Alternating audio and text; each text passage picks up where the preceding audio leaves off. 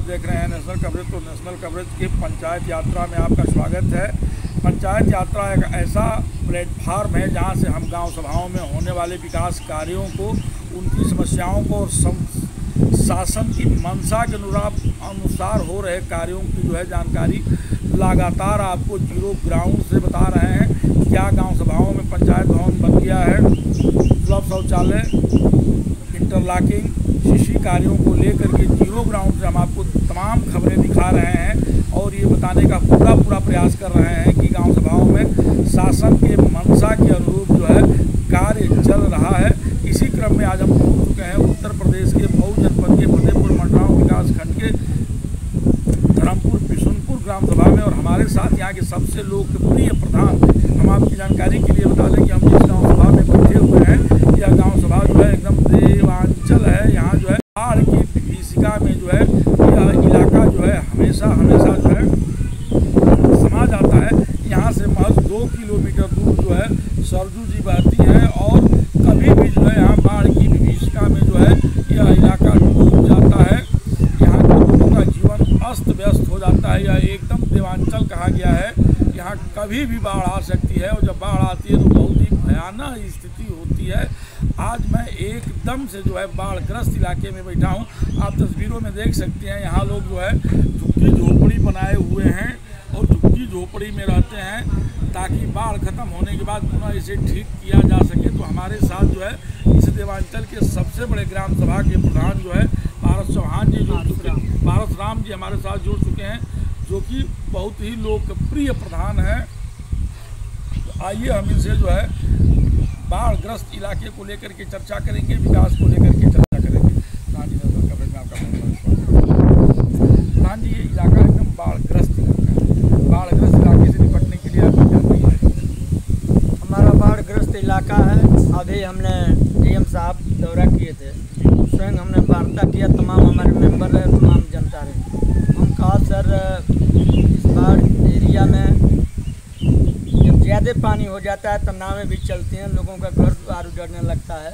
इसके लिए उसके बाद बीमारियां पैदा होती हैं, तो इसके लिए कम से कम मेडिकल की टीम और यहाँ एक चौकी होनी चाहिए, पुलिस चौकी होनी चाहिए मेडिकल की भी, ताकि सुख सुविधा मिले।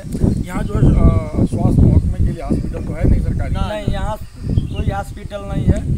हम इसलिए डीएम साहब के कान में इस बात को मैं डाल चुका हूँ। इस बार तो खैर सूखाग्रस्त इलाका है, सूखा पड़ा हुआ है। हाँ। अभी पानी नहीं दिखाई दे रहा है। सूखाग्रस्त इलाके में भी क्या यहाँ बाढ़ आती है? हाँ, तभी भी हल्का फुल्का बाढ़ आती है। अगर सूखा भी है तभी कभी कल थोड़ा सा पानी बढ़ता है तो डूब जाता है। जो खेती बाड़ी वाला चीज़ है उसमें पानी हो जाता है, डल जाता है।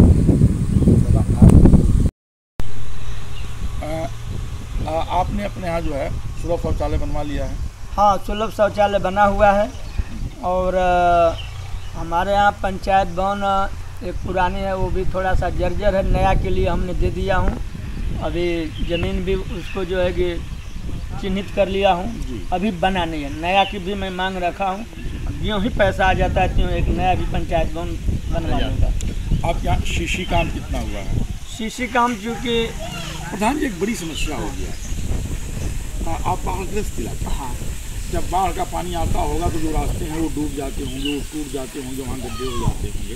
तो सरकार तो अपने अनुरूप बजट देती है, लेकिन उनको गड्ढों को भरवा करके काम कराने में आपको बड़ी परेशानी, बहुत बड़ी परेशानी होती है। क्योंकि कभी कभी ऐसा होता है हमारा जो खरिंजा है 20-20 फुट गहरा हो जाता है, टूट करके पानी का इतना बहाव तेज हो जाता है।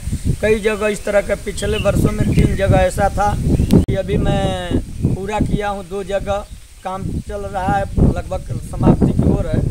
बहुत गड्ढा हो जाता है और मिट्टी खरिंजा रिपेयरिंग में भी कहीं इतना पाटना पड़ता है कि कई फुट ऊंचाई तक पाटना पड़ता है। यहाँ से सरजू जी की दूरी कितनी है? यहाँ से सरजू जी की दूरी मात्र 2 किलोमीटर 2.5 किलोमीटर है, जो नदी के किनारे सबसे नई बस्ती घाघरा का जो गांव है कटान पर।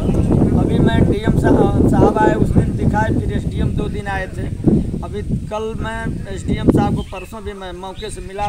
हम कहा सर हमारा गांव कटान का गांव है और किनारे पर जो लोग हैं बच्चे हैं, अगर कोई बात हो जाएगी, इसलिए हम शासन से अवगत कराना चाहता हूं कि आप उसकी देखभाल या उनको कहीं विद्यालय वगैरह में ला करके रखवा दें कि ताकि कहीं कोई अचानक कोई घटना न घटे। जी प्रधान जी, हमारे सवाल जब बाढ़ तो संचारी रोगों का प्रकोप बढ़ जाता है, महामारी फैल जाती है, तो संचारी रोगों से और महामारी से बचने के लिए आपने क्या योजना?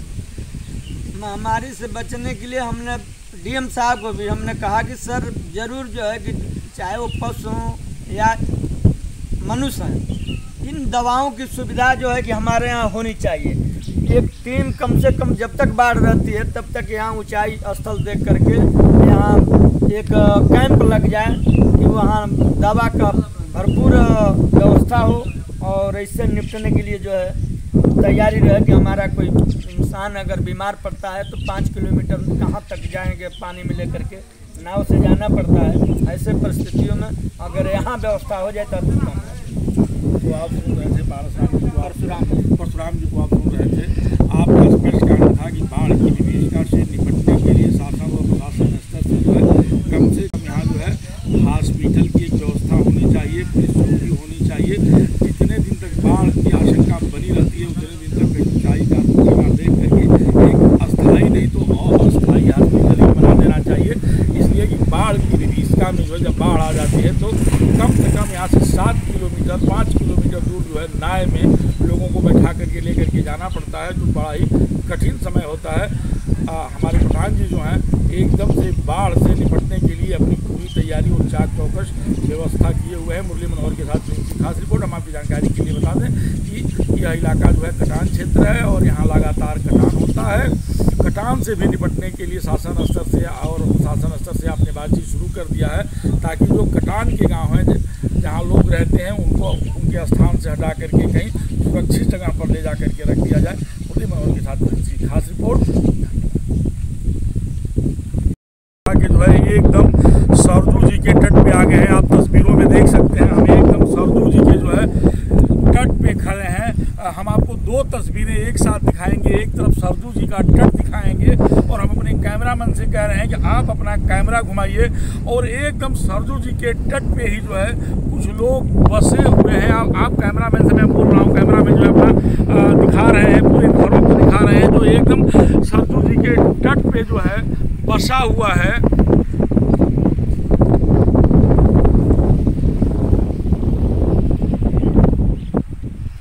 दोनों में महज जो है सरजू जी के तट से और जो इन लोगों का घर है, दोनों लोगों के बीच की दूरी जो है हमको लगता है कि मुश्किल से जो है 1 मीटर से भी कम है और लगातार जो है सरजू जी में जो है कटान जारी है, कटान हो रहा है, लगातार कटान हो रहा है। सरजू जी काटते हुए जो है इधर घर के तरफ बढ़ रही हैं। ये लोग अपना झुग्गी झोपड़ी डाल करके यहाँ रह रहे हैं और निश्चित तौर पे जो है ये लोग एकदम मौत के मुंह में हैं।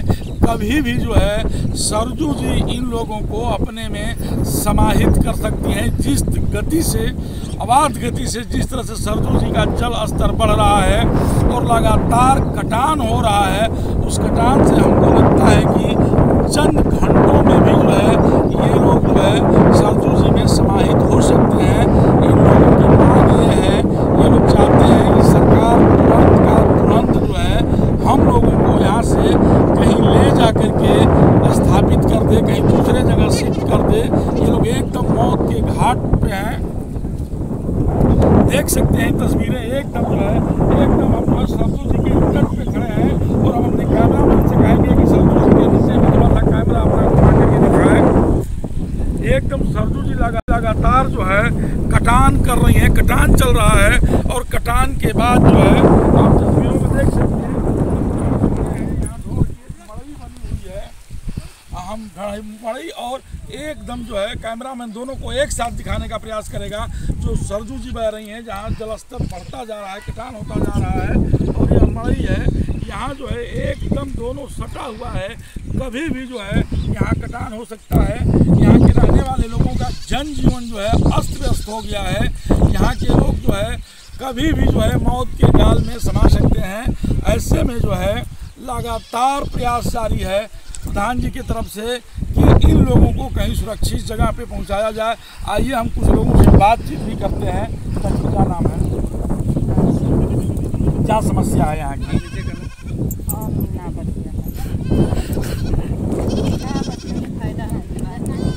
यही बात बताइए ना। हमनी के बतियाले में कोनो फायदा बाना है। ऐसे फायदा नहीं है कि हजारों कमरा हमनी के हो गए, कोनो हमनी के सुनवाई ना हो, कोई कार्रवाई नहीं हो रही है, कुछ कार्रवाई ना हो आज तर साल भर के दिन हो गए, कुछ हमनी के कार्रवाई ना हो।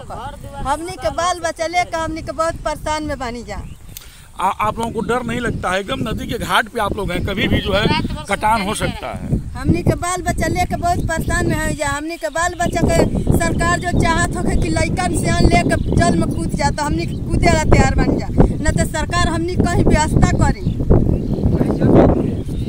आप सुन रहे थे। आइए हम आप कुछ लोगों से बात करते हैं। आ जाइए, एकदम आप एकदम नदी के घाट पे हैं, एकदम कटान कटान बहुत तेजी से हो रहा है। आपका क्या नाम है?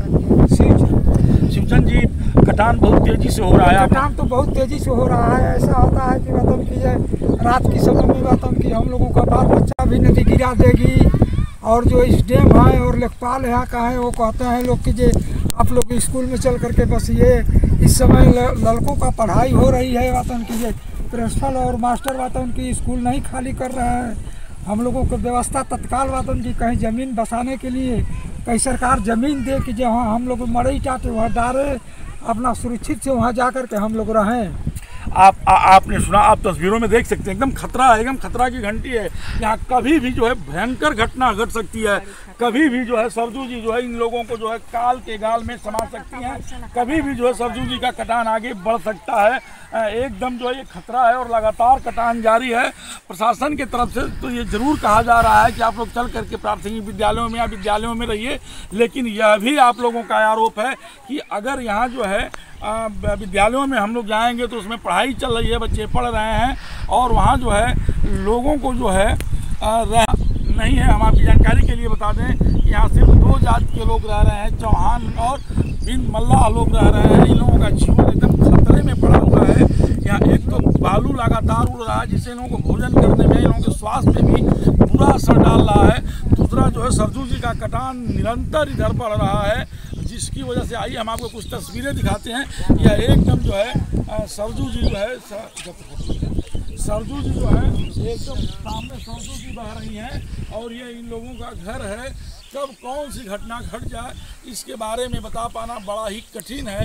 लोगों का आरोप है, लोगों की मांग भी है यहाँ कि सरकार के द्वारा जो है हम लोगों को कहीं सुरक्षित जगह जो है उपलब्ध कराया जाए, जिससे कि हम लोग जो है अपना घर बना करके अपने बच्चों को ले करके वहाँ सुरक्षित रह सकें। हम अपने कैमरामैन से कहेंगे कि एक बार इधर की भी तस्वीरें आप लोगों को दिखाइए।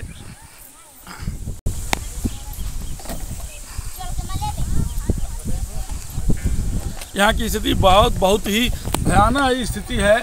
इनको यहाँ से हटा करके किसी दूसरे सुरक्षित जगह पे बसाने की सख्त ज़रूरत है। मुरली मनोहर के साथ प्रिंस की खास रिपोर्ट। धन्यवाद।